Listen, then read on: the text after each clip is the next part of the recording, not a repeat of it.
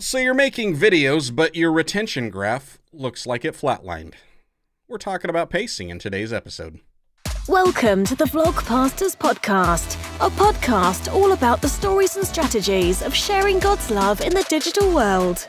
Now, here are two pastors that love to put a camera in their face and walk around in public. They are the peanut butter and jelly of digital ministry, Jarrod Brown and Joshua Verwers.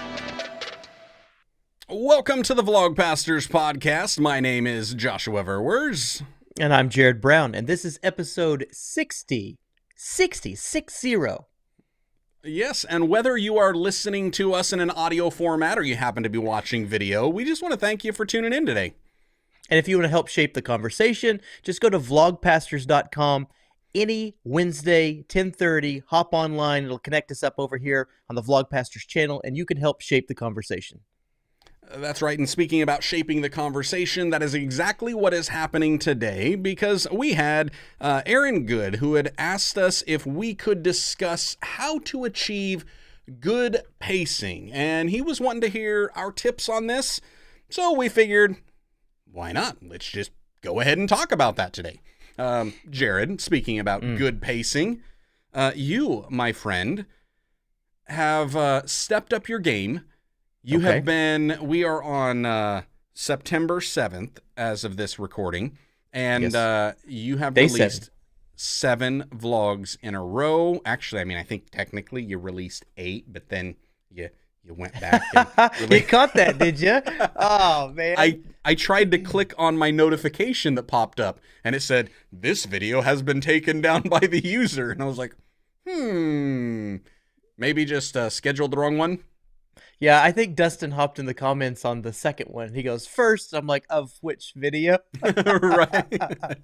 You're first to the second up. Yeah, I think you were actually first. I didn't even get the chance to read the comments. I was like, oh, Jessie came in. She was getting ready, and so she had the video playing, you know, on the little vanity area. And she says, I think you uploaded the wrong video. And I'm like, absolutely not. I double-checked last night. Let's take a look. Yeah, it's wrong. It was the wrong video. It was the day prior. So just in it's case easy enough to do, especially lingered. when you're scheduling them out, and because you're a couple days ahead on everything at least, right? But not in the upload. I'm about 4, give or take. So it fluctuates on how fast. I took a note, or a couple thousand pages out of Ryan Trahan's little challenge, Penny to Mr. Beast, and he did 4 days in advance. I thought, oh, that's the way to do it, man. You know how we've done Vlogpastors in the past. Like, if we can get a couple days ahead of the audience. Well, I got too many. When that Colorado trip was, you know, a while back now, like a couple weeks ago now, I think 2 weeks, somewhere around in there. Yeah. And that was too far ahead of the audience, because if we release those, there's no way to, when they donate, which part of the fun, if you guys don't know, part of the fun to the whole series is that you get to be a part of it. You get to add a team member. You can pick the assignment for the day, or you can just totally like dominate the vlog, and you can be the host and the, you know, just the whole thing. You can be the guest, so you can determine what we do, where we go, that type of thing. Well, that's not fun when you're that far ahead. And so that gap now is closing. 1, trying to stay ahead editing. 2, you know, just keeping in pace with the audience. So there's been a learning curve all the way around on that. We're about 4 days. That's a long way to answer your question. We're about 4-ish days plus, probably 4 to 5 days ahead. But we're just now starting to hit. I think the next episode is where the audience comes in and shapes the course of the trajectory of the show, and it gets kind of sporty. It's nice. Well, and that was one of those things, like when I was watching Ryan's Penny series that he did, I mean, I'm sitting here and I'm thinking, how is he keeping up with that? Because you and I have done daily vlogging and done 30 days at a time for, like, I don't know, 4 or 5 different times, whatever it's been. No, it's not fun. Like, because we didn't see our family. Like, you're in the vlog sphere so much that you just can't find that break and relief on that. And even in watching like Ryan talk about it, I think it was right afterwards, somebody had interviewed him, and he talked about whoever his editor was. Like, he was in a van following along and editing nonstop. Like, he didn't really get any fresh air because he was just in the edit the whole time. So when I had heard that, and you and I, we had kind of talked about what could Christians do to kind of capitalize on some of the elements that Ryan had done, but put that into like a spiritual context with that covering on it, something for the kingdom of God. I mean, I was intrigued. I mean, it was like, I don't know what we can do. My wheels were turning. You had some ideas, and yet I got stuck in the production side of it, thinking, how is this actually, I mean, apart from it being daily vlogging, and then it's like, yes, it would have to be, you'd have to outsource the editing on that, but even at that, like, how do you still, how is the editor going to have a life? So here is the grand reveal that I've been teasing you guys with for a while, and that is a couple episodes prior to this series. I spoke with a young man who wanted to do some editing. Diana helped get me in touch, and we have figured out an agreement for this series. How about that? We'll just put it that way. And he has fallen in love with the channel, and now he is pretty much at the helm of the show, to where I'm just filming and thinking about overall story and trying to logistically see where this thing is going and hear from the Lord. And he is running all of the edits. So we did a trial run for like that's why I told you, I think it was a couple weeks back, I said, hey, John's really close on this, because John goes, there's something different about the edits. And I wanted to know, what's the pacing going to be like? Can he mimic the style close enough? Is it even going to be worth it? Because I want to get needed to feel like Jarrod and Jesse. Exactly. Because on mine, and we talked about this in the pre-show, I like a little bit longer of a sequence. I like to do some in my storytelling, I want to show some visual elements of where are we, do some cutesy little camera moves and transitions and stuff. And he's not about that life. He's younger, he's much younger than I am. So he has a more youthful style. I think some of you guys noticed the sound effects and the popping, and he'll zoom in. He doesn't care about video quality as much as I do. So he'll pop in on somebody's face, and it'll be grained out to a billion, but it doesn't matter because as long as the camera's rolling. And so we've kind of come to a compromise on this series that it's like, we're just going to go for it. Let the camera run. We're going to put together the best product we possibly can with the tightest pacing humanly possible for what we have in a turnaround time. And there's a lot of revisions. We do a lot of back and forth. So. Lots of revisions. But wouldn't lots of revisions be, I mean, see, here's one of my dilemmas when it comes to outsourcing editing, is the amount of revisions. Have you got a certain amount that you're limiting it to? Yep. Taking Diana's advice on some of that? Taking Diana's advice for sure. We're going for 3. But there's no way. He's already got it. He tells a better story. Right now, there's a video coming out tomorrow that I cried through, and maybe that's just because it's personal to me. But he sees my wife in a way that benefits the channel way better than I ever could. I'm starting to see the hand of God in it all, in that we changed the name to Jarrod and Jesse because we've always felt like we haven't felt like we've heard words that our ministry is our marriage. Basically, we're supposed to go out of the overflow of that. That's where we're going to meet people. That's where God's going to have the connections. That's what we're supposed to really double down in. And so changing the name of the channel was trying to reflect that word. And the way that I made videos and the way that I see, it's kind of been challenging. The way that I see life it's only my perspective. It doesn't include her as much. And he has given me a fresh set of eyes in viewing my wife because she's amazing. I mean, he's bringing in the little nuggets that I would probably cut out of a video because I would either be concerned that it would paint her in a bad light, or I'd be, hesitant to put something in because I don't know where that portion of her story is going. And he doesn't.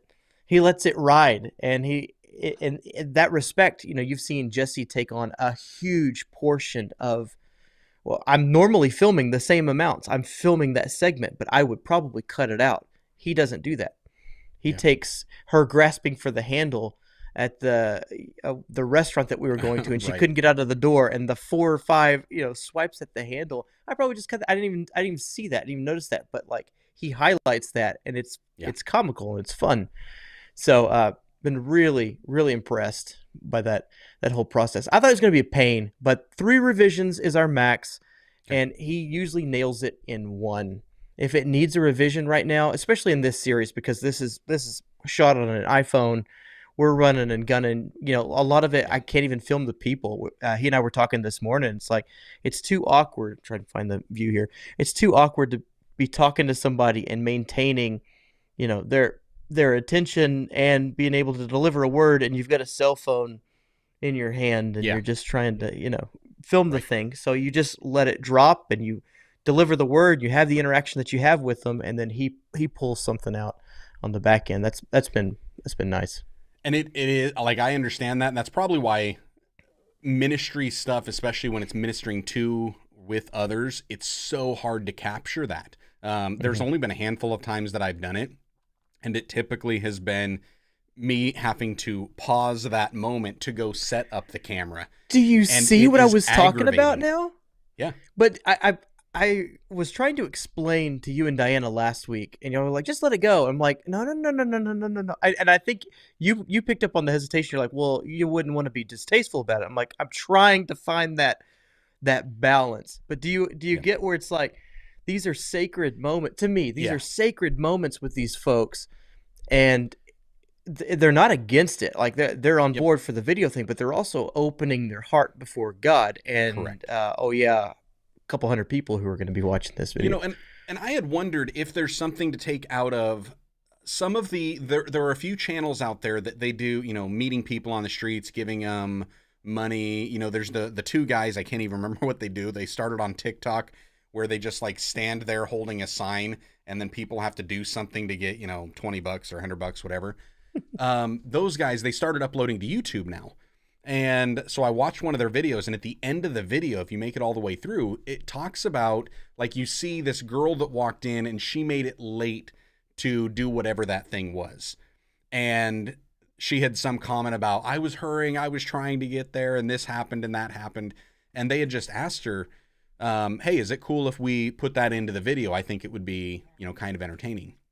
Yeah, of course. And I thought about that because it took me back to one of the early vlogs that I did was like a pool vlog, and there were a bunch of kids that had come up to me, talking to me and asking things. And so I immediately took the camera, like I was recording the whole time.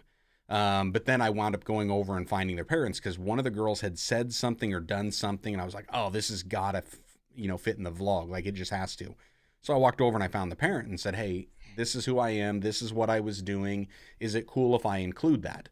Yeah, sure, no problem. Well, then I've got permission from them to put it up, not just from them that they know, but then it's also in case there's, something where somebody's like, hey, you can't have that footage. Well, actually, you said I could.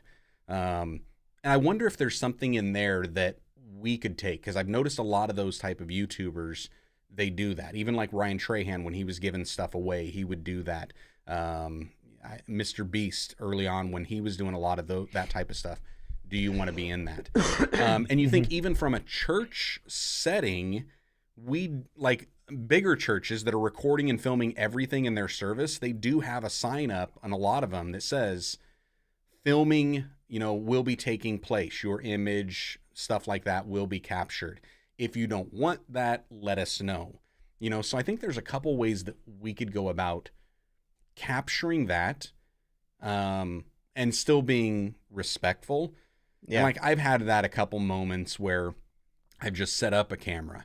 And there was one specifically I'm thinking about where I was meeting and doing some, I don't know what you want to call it, counseling, pastoral, mentorship, whatever. And we were at McDonald's, and I just set up the camera and just kind of record both of us talking. But I just used that as like the B-roll, and then did a voiceover over top of it explaining what was happening, because I didn't want to share the specifics of what we were talking about, because as a pastor trying to protect the sheep, and it's like that could have been taken the wrong way or in the wrong light. And so, yeah, I definitely get what you're saying, where it's that delicate balance. And then bring this full circle. Then the delicate balance also gets, we're creating a video that we want people to watch, and we're trying to get retention. We want people to actually watch the video. Like, you don't make a 10-minute video hoping that people only watch 30 seconds. Mm-hmm. You want them to watch the whole 10 minutes. So in order to do that, you have to be able to keep their attention. Pacing comes into a lot of that. So then there's those moments that sometimes with those interactions, you can't keep everything. You've got to trim it anyways. So maybe that even helps us when it comes to capturing those real moments, because it's like, I'm just going to use little segments.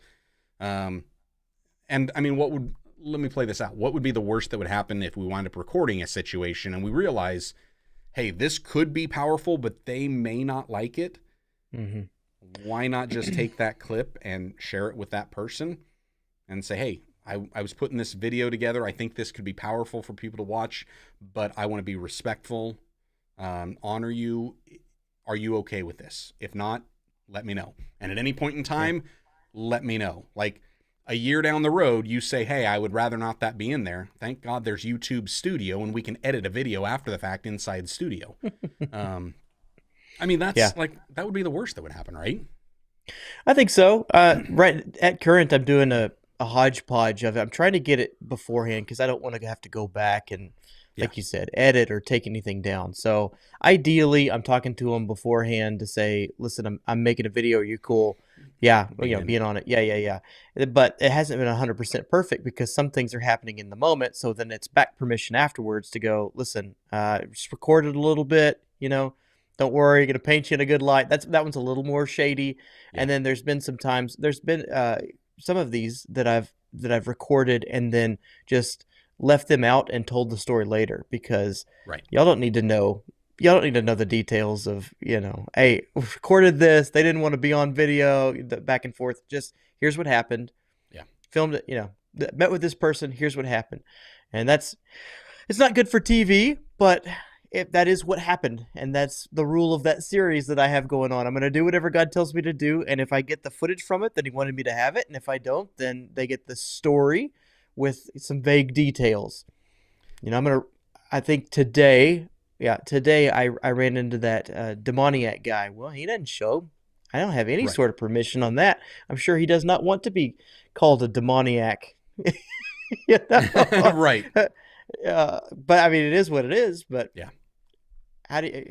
Anyway. Yeah. And it's hard. I mean, how do you capture some of that now? And that could be something else where, we were talking, okay, placing, where's the camera going? We were talking in the pre-show about how, working with this drone, set it up in the air, it's going to catch it. In that scenario, like if I had that, or I had the ZV-1 setting off, 30 feet away that nobody's really going to see what's happening, which is, you think about that, a lot of these interactions that even those other YouTube channels are doing, they're having multiple cameras. It's not just that they're up here, but they've got typically another cameraman, setting off in the bushes recording it. So what if we were to do something like that? And I've had some of those moments, set the camera on another table, at McDonald's, or one, I was at church and I just had a camera setting back on the sound booth, and I was up talking with people. The lighting was off. The white balance was completely off. I was dark. You couldn't see anything. All of the audio picked up. You could hear everything I was saying, but I didn't wind up using it because when it came down to the editing, the editing floor, it was like, that doesn't add to really anything. I would have to explain what I was doing anyways, so why not just put the footage there and then explain the footage rather than adding something else? I think there's ways.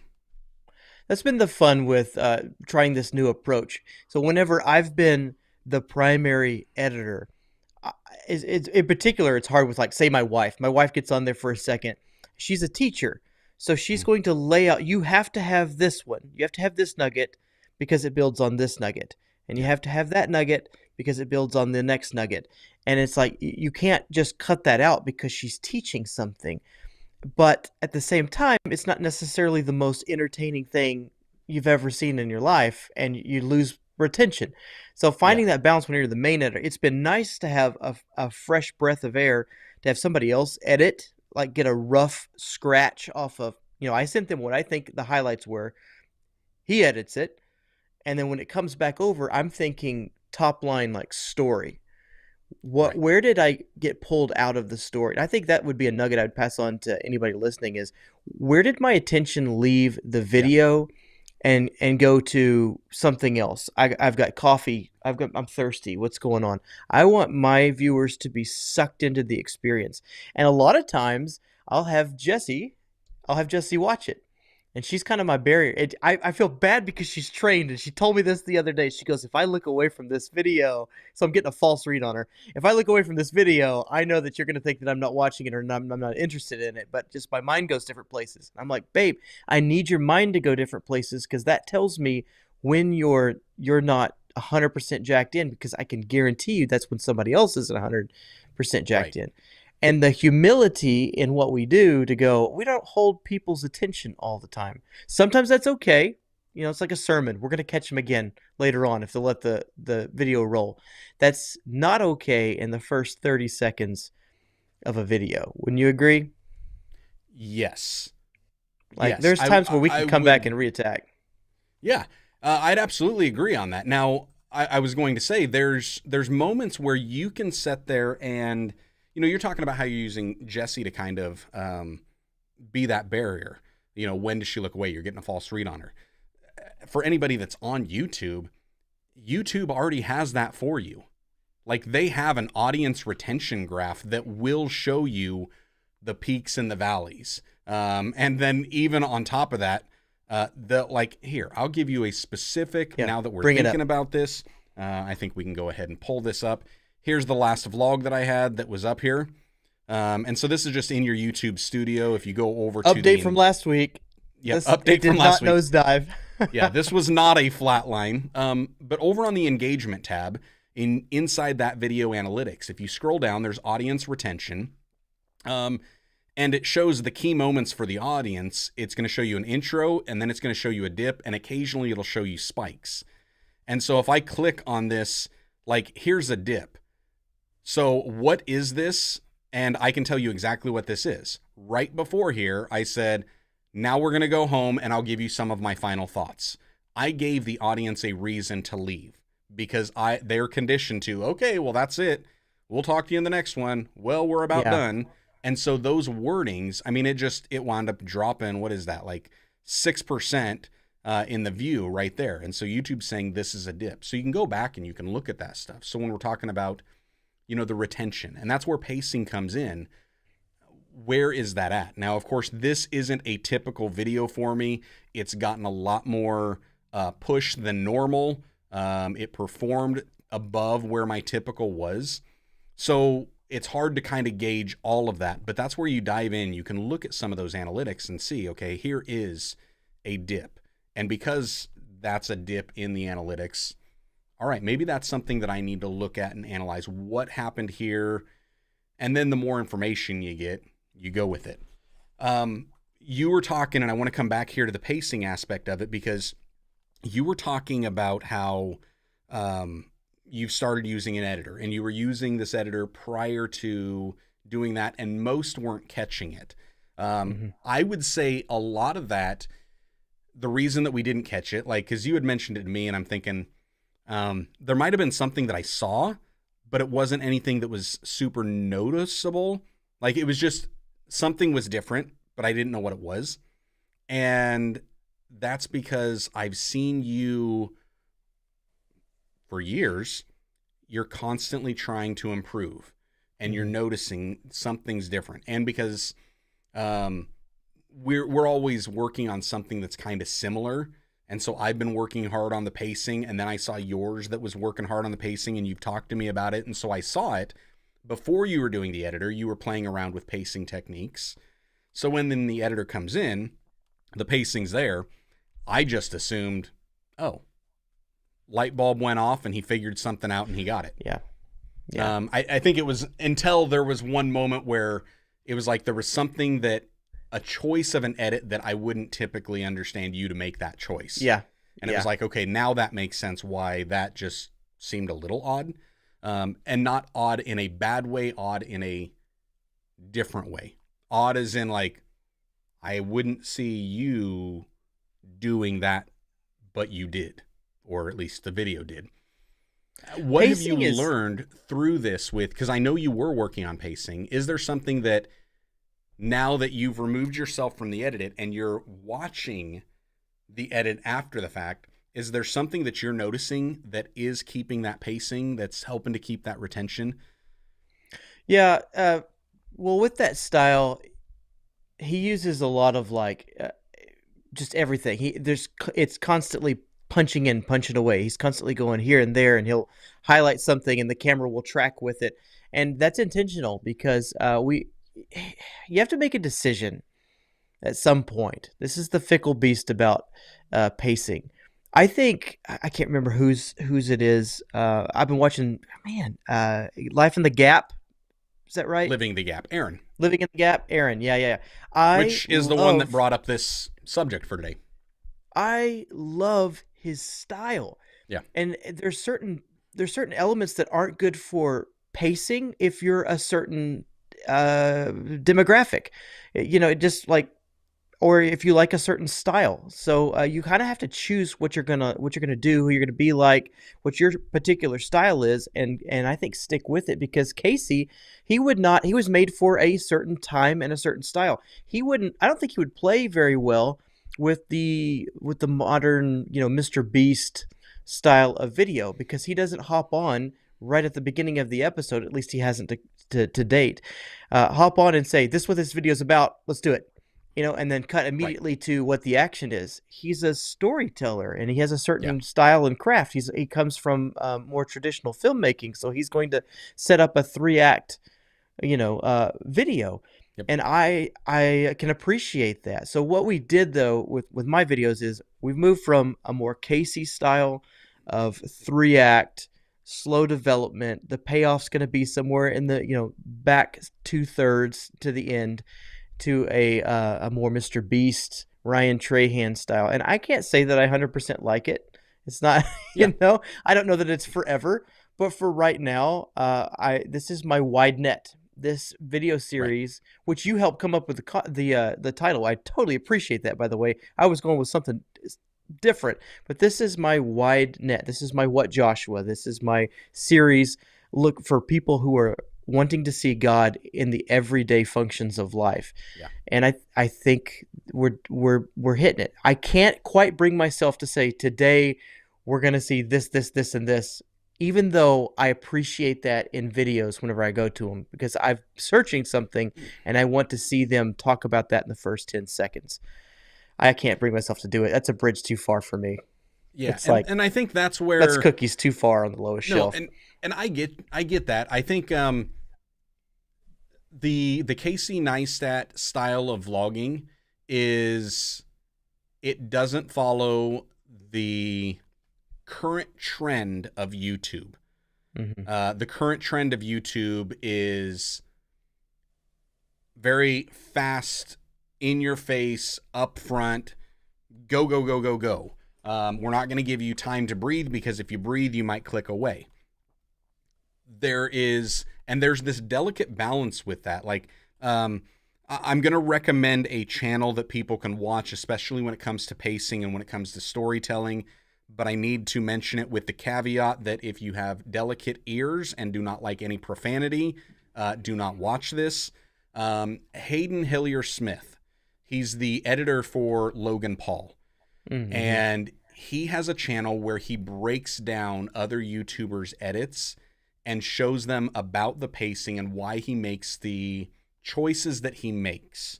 And there's a lot of emphasis on that first 10 seconds, then the first 30 seconds, then the first 60 seconds.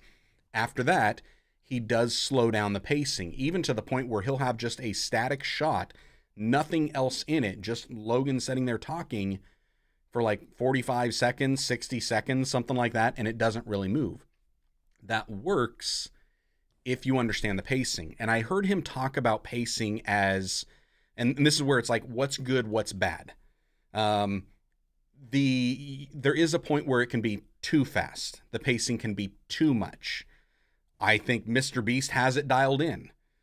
For some reason, I will watch every single one, and I will watch it all the way through, and it rarely loses my attention on any of it.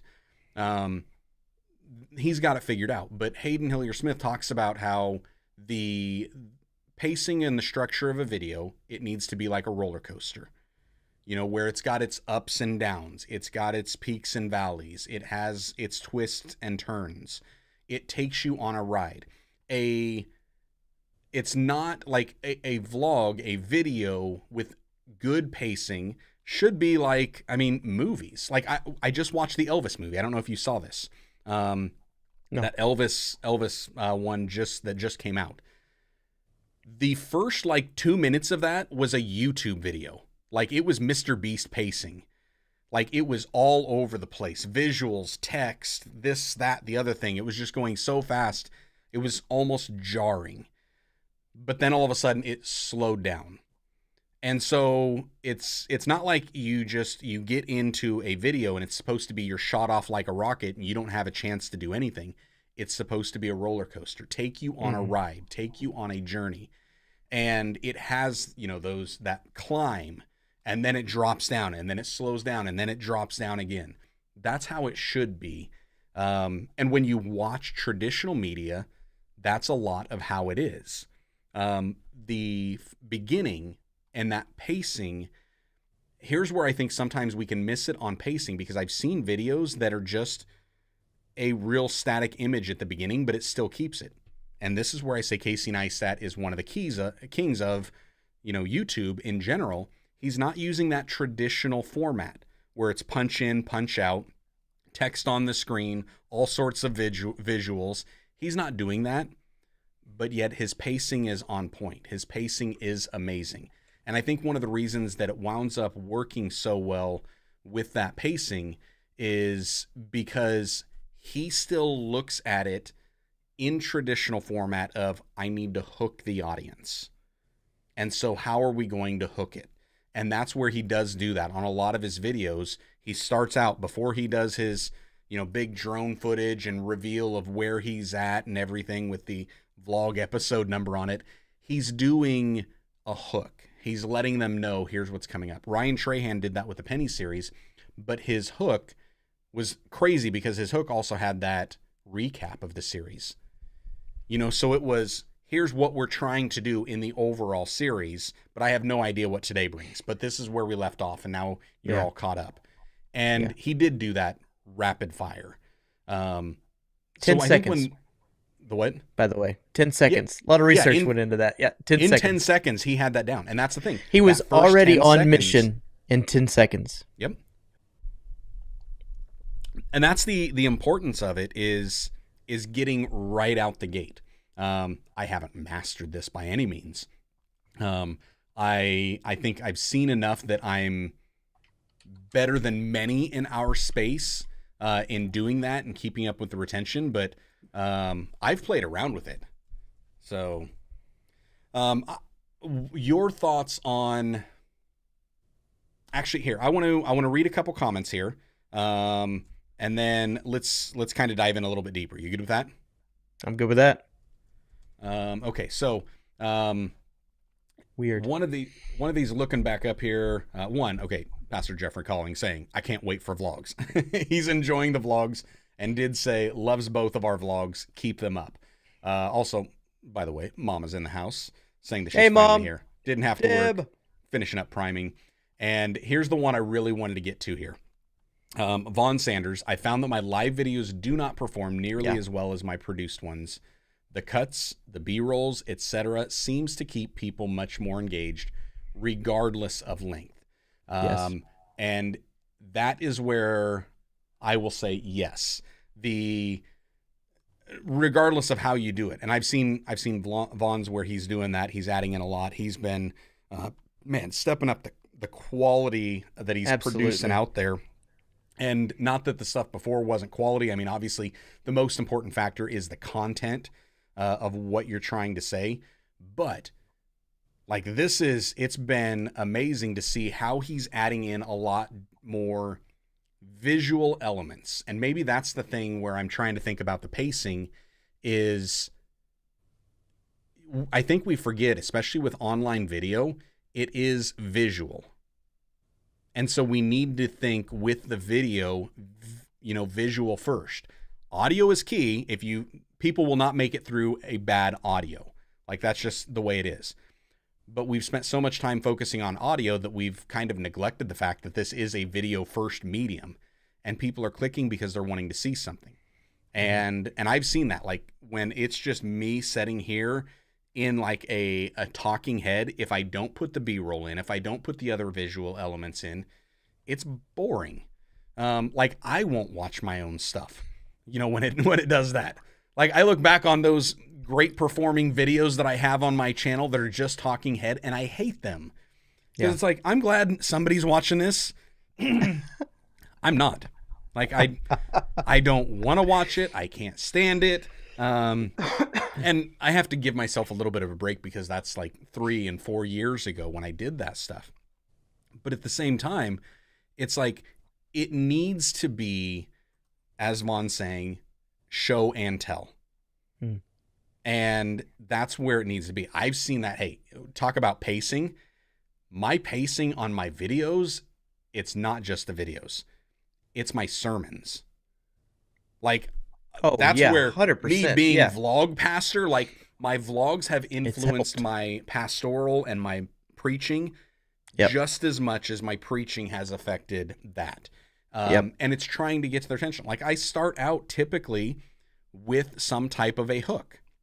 Maybe I'm telling them exactly what we're going to go into and what we're going to talk about. Other times I'm like, just asking a question even. I've done that. I don't know how many different times. Just ask them a question, kind of like the hook on this one. Hey, is your retention graph flatlined? Hey, has your spiritual prayer life flatlined?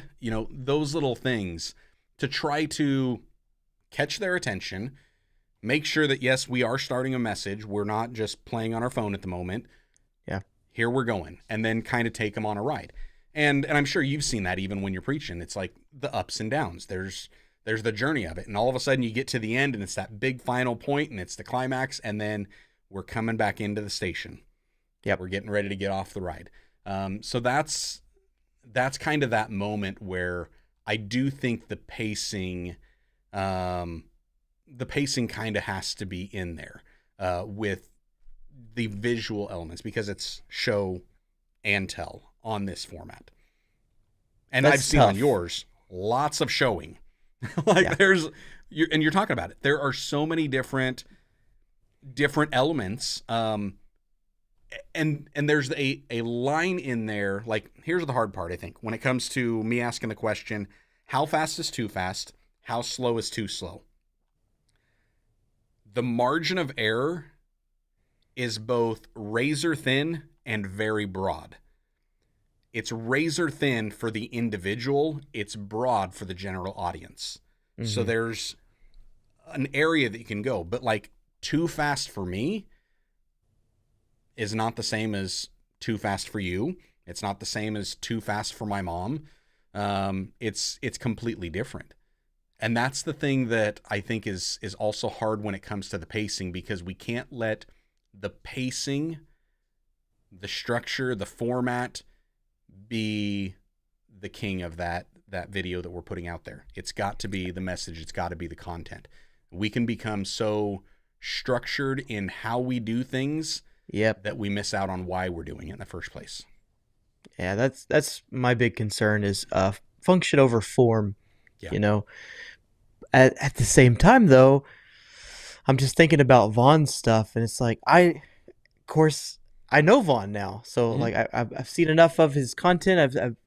interacted with him enough to know that like that's his strength. His style is kind of the function of it, because God has a way of using him to where he's so grounded and confident in the Word of God, and that God is who he says that he is, and it's like it translates in that talking head, so to speak. And I wouldn't want to mess with that for anything. No. But at the same time, he is fighting in a space that is visual. If it's on YouTube, everything's coming fairly quickly. If it's on Instagram, you got a couple seconds to get people's attentions. But at the same time, I kind of wonder, about around this whole pacing aspect. It's who God has intended your audience to be.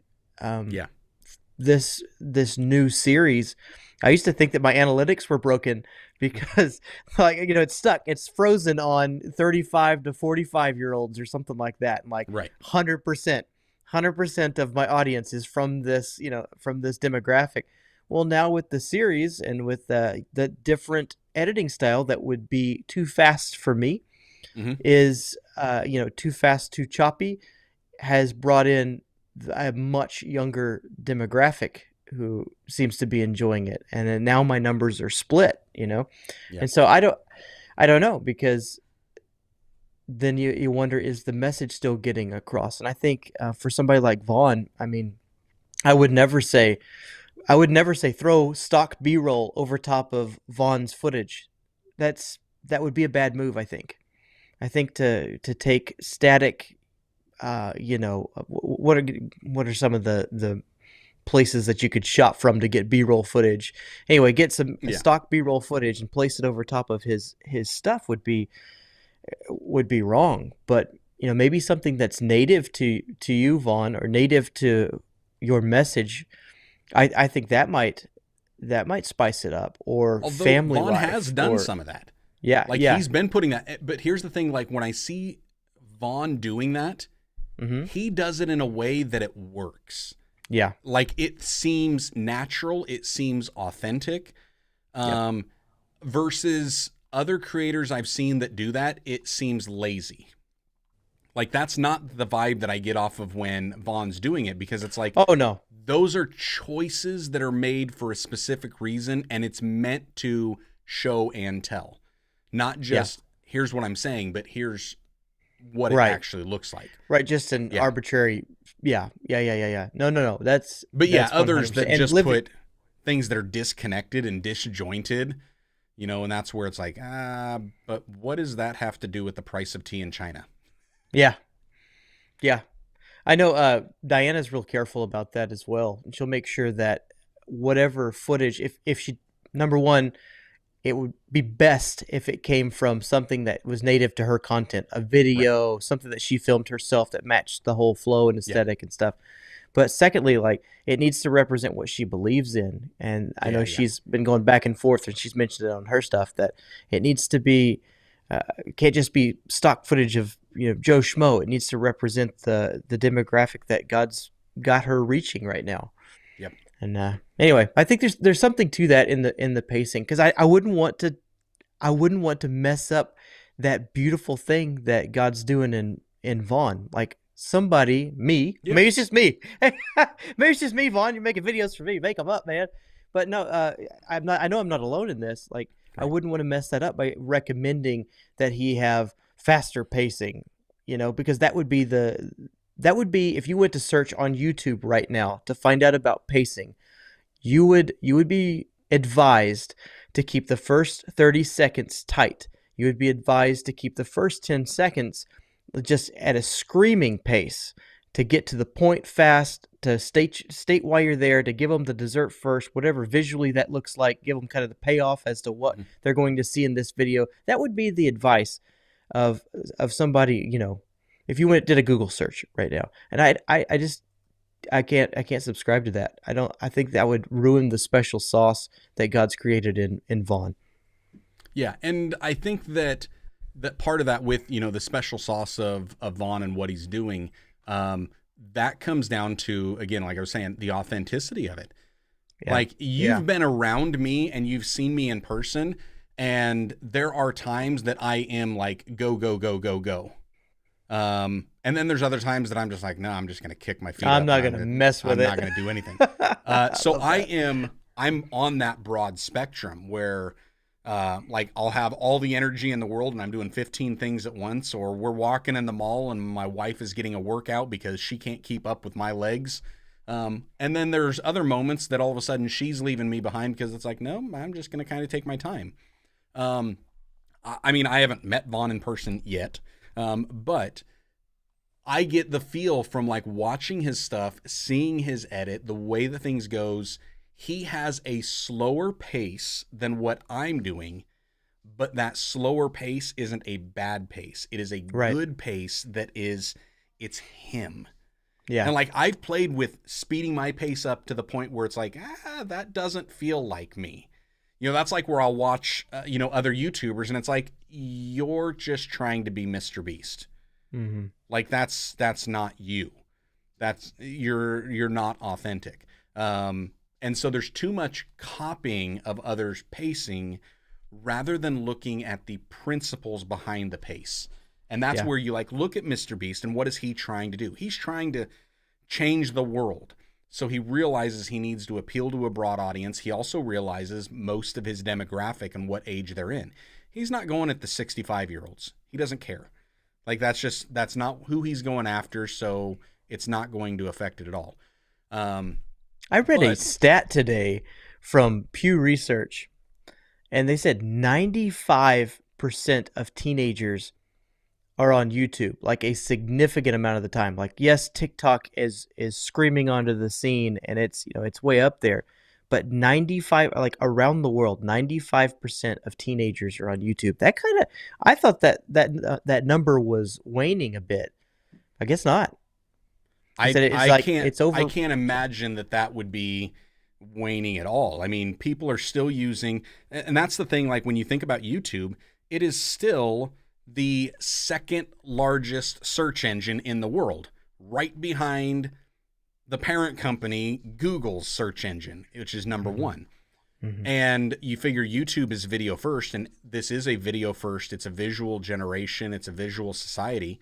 So even Google is going to recommend, like, do searches on Google. What do? One of the first things, you look it up, they're going to give you sponsored and advertisements that people are paying for that mark, and then they're giving you videos because they're wanting to show you that stuff. But yeah, there's so much of that audience that's on there, and that's the other thing I think that we need to do is try to figure out who are we trying to reach ultimately as Christians, who is God wanting us to reach, and then what can we do for there? Like, and that's the thing why I will get more of a fast pace with my stuff, and I'll push it a little bit because I know that I need to be, and God wants me to be reaching down a generation, 2, however you define generation. If it's in 10 years, 2. He wants me to start reaching into that more so than reaching above, because quite frankly, I mean, with the mission behind my channel of just encouraging people to live by faith, I mean, most of the 50, 60, 70, 80-year-olds, they've already figured that out. Like, they've got it because they've got decades of experience of how to walk out their faith. But you get the teenagers and it's like, they're not going to know. They haven't walked a mile in Christ's shoes. They don't know what it's like. So that way, if I can show them, here's how I'm practically living my life. And no, it's not just like my day isn't consumed of reading the Bible and praying. Like, that's not my entire day. Right. There is so much. Yes, I'm watching crazy Netflix shows and I am listening to Culture Club, music. Yes, that's right. I listen to Boy George. You got a problem with it? 80s is the greatest genre ever. So it's like, those are the moments that I'll do. And I listen to the current music that's out there. I want to see what's going on.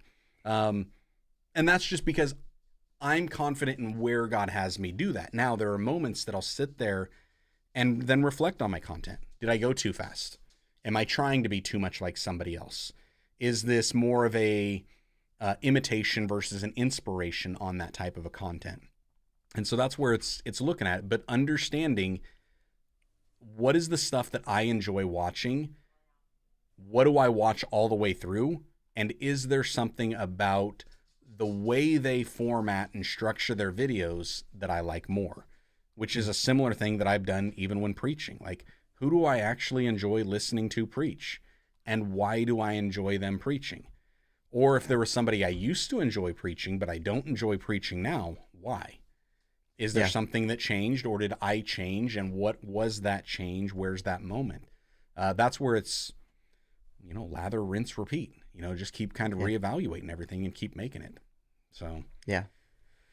Should we get to a couple of others here? I think the man in question, Aaron, is here saying, I'm a teacher by nature, but I've noticed that as soon as I start reading sections of scripture, my videos, people skip or drop out. Truth. You're not alone. Yeah. You're not alone, I just man. mention a scripture and leave the reading to the viewer. Yeah. And Vaughn saying the same thing. Yep. Folks definitely drop out and drop off with reading scripture, which is an interesting thing because, it's an interesting thing, but you think about why are people clicking on this video? Like, hey, I'm a pastor. I'm a preacher. I do not want to listen to anybody preaching. I have a select few ministers that I listen to, and that's it. So if I'm watching any of your videos and it feels preachy, I'm just giving y'all fair warning right now. I'm not watching it. I'm clicking off. As soon as it becomes very preachy, it's just not going to happen. And a lot of that is from the growing up that I did in the church. As soon as, all right, let's turn to our Bible. We're going to the book of James. And it's like, nope, I'm out of here. Whereas I want to watch something and maybe feel like it's kind of a conversation. That's why I'm doing my videos the way I'm doing. And it's like, I do the same thing. And I don't even know, half the time you guys probably don't even notice it. Because when I pop up the scripture, it is so fast. It's on the screen for like a quarter of a second, if that. Like, I'm typically 6 frames and that's all it's on the screen. And if you really wanted to know it, rewind. Let's help artificially inflate that retention graph. So it's like, those are the things I do. I just put quick little references because to me, that's also my preaching. Are there times that we're going in the scripture? Sure. We're going in the scripture. We're looking at it in the sermon. But while I've got them focusing in their Bibles, I only really want them to turn in their Bibles once or twice. Because I've noticed the more time it takes to turn, the more scriptures we have to go in, the more time the overall message takes. Whereas if I just quote and reference or paraphrase rapid fire, that helps with my preaching style and how I'm doing it. And that's where I'm saying I've noticed that in like the YouTube, if just throwing it up there, because it's like, what are people here for? And they're here for. I think that's the catch though, isn't it? Because with your channel, I mean, you have your core audience that you're speaking to, but you're not entirely sure who's there for what reason. Because this video may be breaking out to a wider audience, or it's something of that nature. Your church, your congregation, you can spend some time, if it's your style. Correct. You can spend some time in the Word reading through because they didn't read throughout the week on it. Now, I'm sorry, that's a sore subject for me. But you can spend some time diving in and taking your time with it. And I think with YouTube, you don't know who's on the other end. And we can tend to be, whether you want to admit it or not, because a lot of us are preachers, we tend to be a little preachy. Whether knowing it or not. So I'm preachy in my vlogs. I mean, I get it all the time. I get comments about it. It's just like, too. But there's a preacher saying that you're preachy is different from a heathen saying you're preachy. Like, I mean, anybody that, like, I could walk into a place with, an unrepentant sinner, and the fact that they saw the text on my hat thought I was being preachy, even if I never opened my mouth. Right. Like, what are you trying to shove that gospel down my face for? Yep. Get out of here. So there's definitely something in there, but like with I think it's understanding and maybe trying to think, why are people actually coming on, onto YouTube? Right. And this is where, we were talking and we were kind of dancing around with, an extra channel that I might have floating around there somewhere that is more Bible. And that in and of itself, like, I've had comments, thank you I just wanted to read. I just wanted to listen to the Bible, and that was it. And I've even noticed that, like, I'm that same way. I read my Bible, but man, you read that Bible, there are words that I have no idea how they're pronounced. And I'm like, how do you what was Moses's, like, the ladies that raised him? Is that Shifra and Puah? Like, There you go. what? How do you say those? You know how I figured out how to say those? YouTube. Yeah. I went to YouTube and I started typing around and I was looking at it and I wanted to listen to other people reading it. Well, even in that example, there's different styles. Like your audience is different. My wife listens to your short term, your on Instagram, and she wants the longer stuff. Like she's like, great. Right. Oh yes, that hit me. Awesome. Now where's the rest of it? Like keep going. Don't stop there. She's like, does he have chapters? I'm like, not Coming yet. soon. Yeah, But no, fascinating, so like that's how the thing. It's like understanding with the content you're trying to make, who are you trying to make it for? And so for me, like the vlog content that I make is all about, I want to just show that person the life of a Christian. Like before me being a pastor, I'm a Christian. Christian first. I am his first. And so that's where it's like, if I can just show how I live my life and just give some insights into that, like that's what I need to do. And that's what this is for. So with that in mind, I'm not going to be sharing, full scripture readings. I've done it, but I saw the audience dropped off from it. So it was like, okay, I did something here. Why did I feel the need to put the scripture in the first place? Exactly. Well, me specifically, I felt the need to put the scripture in the first place because I didn't want somebody to hear me reference it and then think I was completely off base trying to quote something from Second Hesitations. And so it was like, I'm going to put the reference on the screen at least. Instead of doing the whole verse, here's the reference. Or if I have done the whole verse, then it's a specific section of that verse that I'm referencing. And I'll pull the whole thing up, but I'll bold in, underline, whatever, just that one reference. Because is it necessary? Is it not necessary? And maybe that's part of the pacing, is understanding what needs to be there, what doesn't need to be there. Does for this your help? audience. Correct. And for your message. Does this help the message or not? And is this what your audience is looking for or what they expected they were going to get or not? Right. And that may be it. Like when I say, if somebody's getting preachy, if I'm going to their video and I know that their whole style is very preachy, very much teacher, I'm fine with that. I'll watch that stuff. But if they say they're going to be a teacher and all they're doing is vlogging, I'm out. If they say they're going to be vlogging and all they're doing is teaching, I'm out. Listen to that, guys. That right there is the key, because I don't want anyone to get discouraged in this. Anytime somebody sees me speak on my vlog channel for an extended period of time where I am carving out a nugget, my retention goes down. However, that is who I am and who I'm called to be. Like I cannot back off of that. And I don't want anyone else to get discouraged by it. But so if you're a vlogger, they are probably there because they want to see you vlog. They want to see your life. They want to see you at it. But Vaughn, in particular, you are a preacher, sir. Yep. A teacher and a preacher.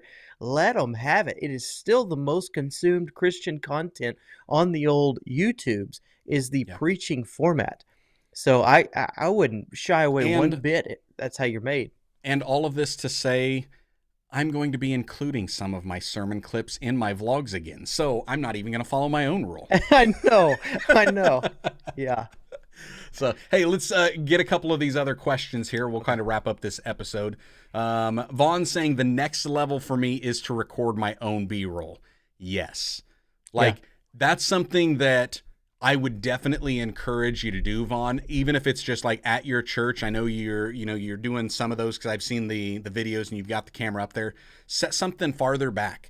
And if you can, maybe even do like at church when you're recording, do a couple different camera angles. If you can get some extra phones, extra camera, whatever you've got, set one up in the back from a deeper angle looking forward, one behind you that's looking more to the congregation. Little things like that gets a little bit. And even like when you're just reading your own Bible, You Yep. know, I was reading just the going to say Bible, that. do an overhead rig, do it over the shoulder, something like that of just reading. So that's where I think B-roll and capturing your own B-roll can be so huge, is just pressing record when you're doing something that you're already doing, because you never know when you're going to use it. Or then the other thing that I do is sometimes I wanted the B-roll and I didn't record it, so I'll record it after the fact. And whether you want to put in reenactment or not, who cares? So you can. Yep. I've done that. I've done it where I've recorded it after the fact and I put it in like it was real time. And then I've done it where I put in reenactment. Nobody cares. So Nobody cares. But yes, make your own B-roll. That would be awesome. He says Wide, also, thanks. medium, close. Did you catch that? That's it. There's your cheat every time. Wide, medium, close. Wide, medium. We don't do a close. We don't have a close, do we? Close? Close. Wide, medium, close. Yep, those 3 shots. And by the way, thanks so much for the encouragement. It is rough out here. It is rough out in these neck of the woods. Yeah, the Christian community can be lonely. The pastoral community can be even lonelier. The content creation journey can be lonely. Now multiply all that up as Christian content creators and then Christian content creators who are pastors. It's crickets out here sometimes. Yeah, sometimes it is. He says, I tried speeding up my pace to be overly energetic and expressive. It felt so weird. I'm no Matt Chandler. And that's the thing. I think being true to You did yourself, try the tone with the hand gestures, didn't you? Because I'm not like... I mean, I think it works for most people. Go ahead. Vaughn, was it like trying to put on the wrong pair of pants? Putting on a schmedium church. It just don't fit. Yeah. Yep, absolutely. Life application of what we should already know of the word is a much better teacher anyways. Yeah. And here it comes back to another principle that I think so many people have talked about, that more is caught than is taught. And so if I can show them what I'm doing, try to use let's say the Apostle Paul method of follow me as I follow Christ. Right. Especially on social platforms that are all about hitting the follow. By the way, if you're not already subscribed to the Vlog Pastor channel, you ought to be. But that type of a deal where it's showing them. So yeah, shameless. I like that. Orlando saying, laugh out loud. I use my Blue Letter Bible app to hear the pronunciation of names and words of the Bible. Yep. You got to use those audio Bibles, and I love YouTube for that because they got some other stuff. We're not all Hebrew scholars. No, I'm right. I miss the days of when I used to just listen at night to Darth Vader reading the Bible. No. James Earl Jones reads the Bible. Oh, I didn't know. I thought it was like with Luke, chapter 1. It's like, it was so good. But talk about soothing, man. See, and that's why I would listen to that version of the Bible, because I wanted to go to sleep, and hearing his voice was so soothing. But don't you think that like pre-programs you to just whenever you hear the word, fall asleep? I don't care. There were probably lightsabers. The word will not return void. It will always accomplish what it was set forth to do. Hey, just eliminated some barriers by being asleep. I love it. I've told people in our church, we've got people that work third shift in that graveyard, and they're coming in and they're falling asleep. And they're like, Pastor, I'm so sorry I fell asleep. And I was like, I don't care. You were here. Nope. And I was like, you snooze all you want. If you snore, I might have your spouse nudge you just to stop snoring if it's, interrupting others. But other than that, no, go ahead and sleep. You want a pillow? You want a blankie? I mean, I don't care. Your body may be asleep, but by God, I'm believing that spirit is still alive and receptive, and it's taking it in. There you go. So, Orlando, same. I use Logos, press the button over and over, trying to understand how to pronounce it. Yep, absolutely. Yep. Yeah, Logos works where. I wonder if they have Hulk Hogan reading the Bible. Yes, the James Earl Jones Bible is amazing, and another one that goes with it is Johnny Cash reading the Bible. What? Yeah, those are my 2 favorite ones. James Earl Jones and Johnny Cash reading the Bible. So good. Which, funny thing, that was actually the CD that was in the Johnny Cash one, was in my grandma's van that we took up to Minnesota. So when Logan was like putting in the CD that we could listen to 21 Pilots, he had to eject Johnny Cash reading the Bible. So I know what grandma's listening to when she's out driving. She's listening to Johnny Cash. So anywho, Jarrod, any other parting shots, final words that you've got on pacing?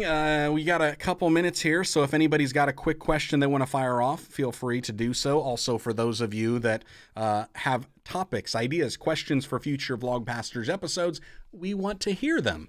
Because if you don't share them with us, then there's a good chance that I just upload a thumbnail with both he and I doing this and a giant question mark that says Destination Unknown. Because we don't know what we're doing until like 20 minutes before we go live. So this is true. Let us know. Any other final thoughts? No, I think if you want to see this in real time, how I'm trying to tweak the pacing and tell a better story, you can head on over to my channel and check out the new series, Finding God Each Day. Credit to Joshua Verwers for the title there. And we give TubeBuddy the credit for that one. 100 out of 100 match. Have you ever seen that before? No, it was a perfect SEO. That was like, yes, I ran it on mine, but it was unweighted. Perfect SEO for that. Like that was search engine through the roof. All you guys out there in ministry, I mean, hop on that. Come on. Yeah. I'm gonna stake 30 videos on that claim, but come on out there. That water is warm. Oh, I plan on doing one of those here soon, and then just linking your whole series as, inspiration for it. That's awesome. Yeah. So. Yeah. Yep. All right. Well, that's all I got. If you guys aren't watching Jarrod's current series, we've got links down below. You can check that out. It is the Finding God Each Day series over on the channel Jarrod and Jesse. You're going to enjoy it. You're going to be blessed by it. You're going to be encouraged by it. And you will see how he is practically putting in pacing. I was thinking of another P to do some more alliteration, but I ran out of it. So check those out. Yeah, and I'll have a vlog at some point in time, and who knows if I'll have pacing or not, because sometimes I do and sometimes I don't, and we'll see. But apart from that, I guess until next time, y'all know what to do. Just stay blessed, enjoy God's best, and have a fantastic week.